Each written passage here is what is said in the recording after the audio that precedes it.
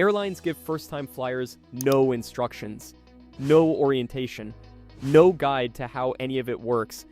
You are expected to know how to check in, where to go, what to take out at security, how boarding works, and what to do if something goes wrong, and airlines assume you already know all of it before you ever show up. Most first-time flyers discover these gaps the hard way, at the security checkpoint, at the boarding gate, or in the middle of a flight when something unexpected happens and no one around them acts like it's unusual. In the next 8 minutes, I'll walk you through exactly what airlines assume every passenger already knows, so you can walk through that airport like someone who has done this 100 times, even if this is your first. The reason first-time flyers feel overwhelmed at airports has nothing to do with intelligence and everything to do with information.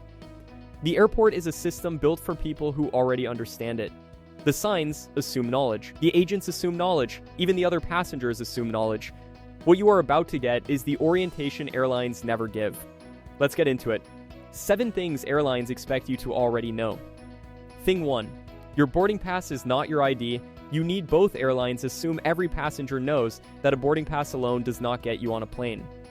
You need a government-issued photo ID, a driver's license, passport, or state ID at every checkpoint. Your boarding pass says you have a seat.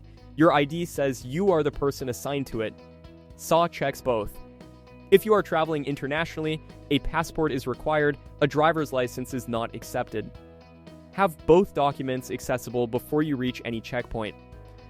Passengers who spend 3 minutes digging through a bag at the SAW line hold up every person behind them and start their trip already flustered. Thing 2. Online check-in is not the same as arriving at the airport. Online check-in opens 24 hours before departure on most US carriers.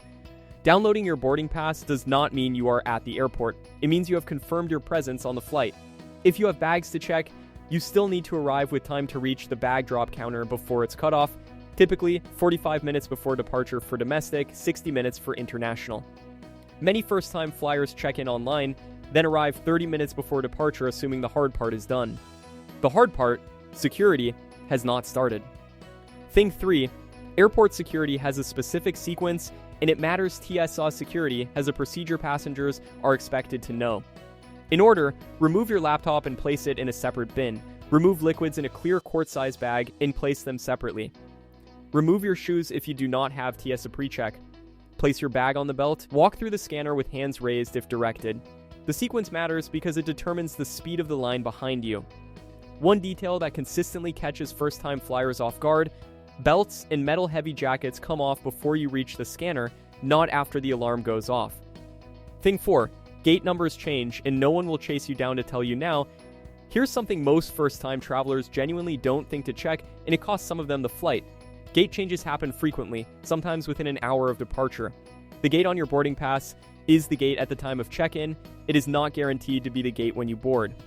Airlines update assignments in their app and on airport departure boards. They make an announcement at the original gate, but if you are not within earshot, you will not hear it. The move frequent flyers make automatically: check the departures board every time you pass one. If your airline app offers gate alerts, turn them on. The first-time flyer who misses a flight because of a gate change was almost always sitting at the wrong gate, completely confident they were in the right place. Thing 5.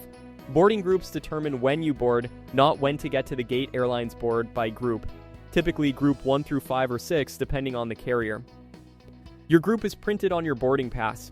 Most airlines begin boarding 30 to 45 minutes before departure. First-time flyers often queue the moment boarding is announced, regardless of their group, creating congestion and slowing the process for everyone. The correct move: stay seated until your group is called. If you board early with a later group, the gate agent will redirect you to the back of the line. Your seat is assigned. It is not going anywhere. Thing 6. Overhead bin space is first come, first served, and it runs out. Airlines do not guarantee overhead bin space even for passengers with valid carry-on bags. Bin space goes to whoever boards first.